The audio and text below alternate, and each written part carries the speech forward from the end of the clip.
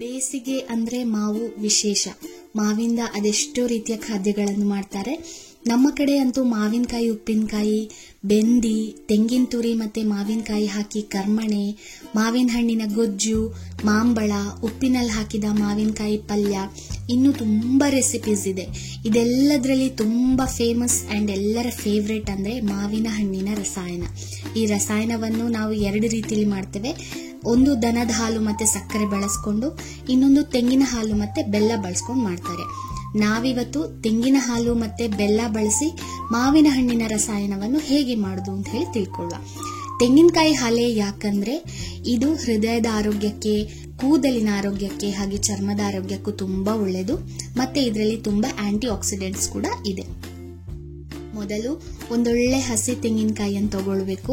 ಹಸಿ ತೆಂಗಿನಕಾಯಿಯೇ ಯಾಕೆ ಅಂತ ಹೇಳಿದ್ರೆ ಅದರಲ್ಲಿ ಹಾಲು ತುಂಬಾ ಫ್ರೆಶ್ ಮತ್ತೆ ಸ್ವೀಟ್ ಆಗಿರ್ತದೆ. ಸ್ವಲ್ಪ ಜಾಸ್ತಿ ಹಾಲು ಕೂಡ ಸಿಗ್ತದೆ. ಹಾಗೆ ಈ ಹಾಲಿಂದ ಮಾಡಿದ ರಸಾಯನ ತುಂಬಾ ಫ್ಲೇವರ್ಫುಲ್ ಆಗಿರ್ತದೆ. ಒಂದ್ ವೇಳೆ ಒಣಗಿದ ತೆಂಗಿನಕಾಯಿ ತಗೊಂಡ್ರೆ ಅದರಲ್ಲಿ ಹಾಲು ಕೂಡ ಕಮ್ಮಿ, ಮತ್ತೆ ಅದರ ತುರಿಯನ್ನು ನೀವು ರುಬ್ಬುವಾಗ ಅದರ ಎಣ್ಣೆ ಬಿಟ್ಟು ರಸಾಯನ ಎಲ್ಲ ಒಂದು ಎಣ್ಣೆ ಸ್ಮೆಲ್ ಬರುವ ಚಾನ್ಸಸ್ ಇರ್ತದೆ. ಆದುದರಿಂದ ಯಾವಾಗ್ಲೂ ರಸಾಯನಕ್ಕೆ ನೀವು ತೆಂಗಿನಕಾಯಿಯನ್ನು ಚೂಸ್ ಮಾಡುವಾಗ ಹಸಿಯಾಗಿರುವಂತದ್ದನ್ನೇ ಚೂಸ್ ಮಾಡ್ಕೊಳ್ಳಿ. ಈಗ ತೆಂಗಿನಕಾಯಿಯನ್ನು ನಾವಿಲ್ಲಿ ಕತ್ತಿಯಿಂದ ಒಡಿತಾ ಇದ್ದೇವೆ. ಇದರ ನೀರು ಕೂಡ ತುಂಬಾ ರುಚಿಯಾಗಿರ್ತದೆ. ಅದನ್ನು ಹಾಗೆ ಕುಡಿಬಹುದು ಅಥವಾ ಪಾನಕ ಕೂಡ ಮಾಡಿಕೊಂಡು ಕುಡಿಬಹುದು. ನೋಡಿ ಎಷ್ಟು ಫ್ರೆಶ್ ಆಗಿ ಉಂಟು. ನಿಮ್ಗೆ ಇದನ್ನ ನೋಡುವಾಗ್ಲೇ ಗೊತ್ತಾಗ್ತದೆ ಇದು ಹಸಿ ತೆಂಗಿನಕಾಯಿ ಅಂತ ಹೇಳಿ.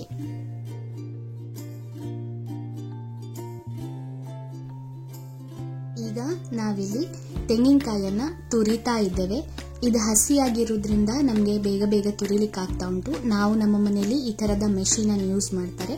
ಮ್ಯಾನ್ಯಲ್ ಆಗಿ ಕೂಡ ಇನ್ನೊಂದ್ ತರದ್ದು ಬರ್ತದೆ. ನಾವು ಅದಕ್ಕೆ ಕಂತಣೆ ಅಂತ ಹೇಳೋದು ನಮ್ಮ ಭಾಷೆಯಲ್ಲಿ, ಅಥವಾ ನಮ್ಮ ಕಡೆ ಆ ತರ ಹೇಳ್ತೇವೆ. ನಮ್ಗೆ ಹಳ್ಳಿಯಲ್ಲಿ ಇರೋದ್ರಿಂದ ಒಂದು ಅಡ್ವಾಂಟೇಜ್ ಏನು ಅಂತ ಹೇಳಿದ್ರೆ ನಾವು ಪ್ರಕೃತಿಗೆ ತುಂಬಾ ಕನೆಕ್ಟೆಡ್ ಆಗಿರ್ತೇವೆ. ಆದ್ರಿಂದ ನಮ್ಗೆ 90 to 95% ಆಹಾರ ಎಲ್ಲ ಫ್ರೆಶ್ ಆಗಿಯೇ ಸಿಗ್ತದೆ. ಸೊ ನೋಡಿ, ತೆಂಗಿನಕಾಯಿ ಕೂಡ ಎಷ್ಟು ಫ್ರೆಶ್ ಆಗಿ ಉಂಟು, ಹಾಗೆ ಉದುರುದುರಾಗಿ ಕೂಡ ಉಂಟು. ನಾವಿಲ್ಲಿ ಒಂದು ಹಸಿ ತೆಂಗಿನಕಾಯಿ, 3 ಮಾವಿನ ಹಣ್ಣು ಮತ್ತು 1.5 to 2 ಕಪ್ಪಿನಷ್ಟು ಬೆಲ್ಲ ತಗೊಂಡು ಮಾವಿನ ಹಣ್ಣಿನ ರಸಾಯನ ಮಾಡ್ಲಿಕ್ಕೆ ಹೊರಟಿದ್ದೇವೆ.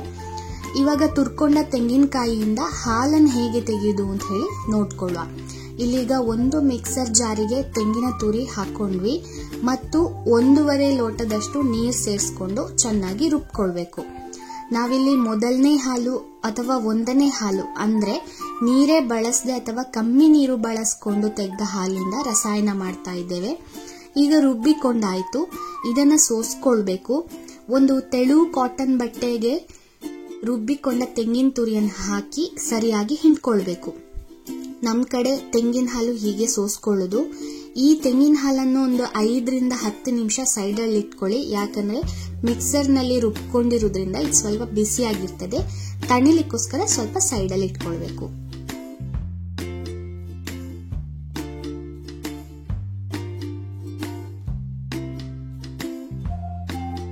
ನಾನಿಲ್ಲಿ ಒಳ್ಳೆ ಹಣ್ಣಾದ ಮಾವನ್ನು ತಗೊಂಡಿದ್ದೇನೆ. ಮಾವು ಹುಳಿ ಇದ್ರೆ ಅಥವಾ ಸರಿಯಾಗಿ ಹಣ್ಣಾಗ್ಲಿಲ್ಲ ಅಂದ್ರೆ ರಸಾಯನದ ಟೇಸ್ಟ್ ನಲ್ಲೂ ಡಿಫ್ರೆನ್ಸ್ ಬರ್ತದೆ. ಹಾಗಾಗಿ ಒಳ್ಳೆ ಹಣ್ಣಾದಂಥ ಮಾವನ್ನೇ ತಗೊಳ್ಳಿ. ಮತ್ತೆ ಇದನ್ನು ಚೆನ್ನಾಗಿ ತೊಳೆದು ಹಣ್ಣಿನ ಸಿಪ್ಪೆಯನ್ನೆಲ್ಲ ತೆಗಿಬೇಕು.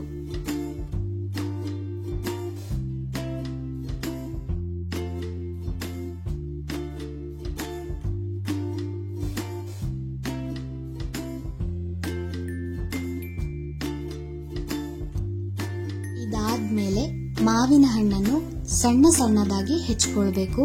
ತುಂಬಾ ದೊಡ್ಡ ಪೀಸಸ್ ಬೇಡ, ಸಣ್ಣದಾಗಿ ಹೆಚ್ಚಿಕೊಂಡ್ರೆ ಫ್ಲೇವರ್ ಕೂಡ ಜಾಸ್ತಿ ಬೀಳ್ತದೆ ಮತ್ತೆ ತಿನ್ಲಿಕ್ಕೂ ಒಳ್ಳೇದಾಗ್ತದೆ.